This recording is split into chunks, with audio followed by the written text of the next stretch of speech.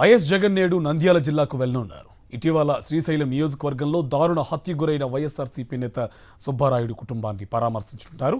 కార్యకర్తలకు భరోసా ఇవ్వనున్నారు. కూటమి ప్రభుత్వం అధికారంలోకి వచ్చిన దగ్గర నుంచి కూటమి నేతలు రెచ్చిపోతున్నారు. ఖాకీలు చూస్తుండగానే నడి రోడ్డుపై నరమేధం సృష్టిస్తున్నారు.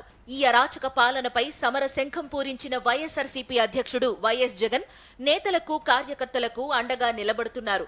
దాడులకు గురైన బాధిత కుటుంబాలను పరామర్శిస్తూ వారిలో ధైర్యం నూరిపోస్తున్నారు. శ్రీశైలం నియోజకవర్గంలోని సీతారామపురంలో గత శనివారం వైఎస్ఆర్సీపీ నేత పసుపులేటి సుబ్బరాయుణ్ణి పోలీసుల సమక్షంలోనే నరికి చంపారు.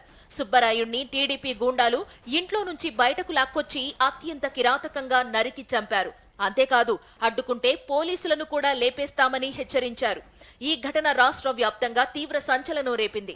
టీడీపీ హత్య రాజకీయాలను ముక్తకంఠంతో ఖండిస్తున్నారు వైఎస్ఆర్సీపీ నేతలు. పచ్చ గూండాలు ఇలా దాడులు చేసుకుంటూ పోతే భారీ మూల్యం చెల్లించుకోక తప్పదని హెచ్చరిస్తున్నారు. ఇటువంటి పరిస్థితి ఎప్పుడు రానిలేదు.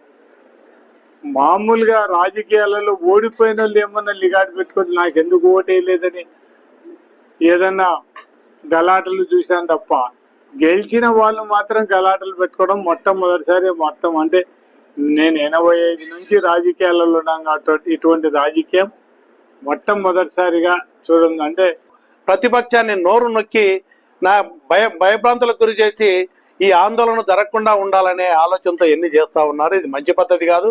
ప్రజాస్వామ్యంలో ఎవరు లాంటి పరిస్థితులు చేసినా కూడా తొందరలో మూల్యం చెల్లించుకోవాల్సిన పరిస్థితి వస్తుంది. మరోవైపు టీడీపీ గూండాల చేతిలో మృతి చెందిన సుబ్బరాయుడి కుటుంబాన్ని పరామర్శించనున్నారు వైఎస్ఆర్సీపీ అధినేత వైఎస్ జగన్. తాడేపల్లిలోని తన నివాసం నుండి ఉదయం 9 గంటలకు బయలుదేరి కర్నూలు జిల్లా ఓర్వకల్లు ఎయిర్పోర్టుకు జగన్ చేరుకుంటారు. అక్కడి నుంచి శ్రీశైలం నియోజకవర్గంలోని మహానంది మండలం సీతారామపురం గ్రామానికి రోడ్డు మార్గాన వెళతారు. సుబ్బరాయుడి కుటుంబాన్ని పరామర్శిస్తారు. వారికి కొండంత భరోసా ఇస్తారు. ఇప్పటికే జగన్ పర్యటనకు సంబంధించిన ఏర్పాట్లను పార్టీ నేతలు పూర్తి చేశారు.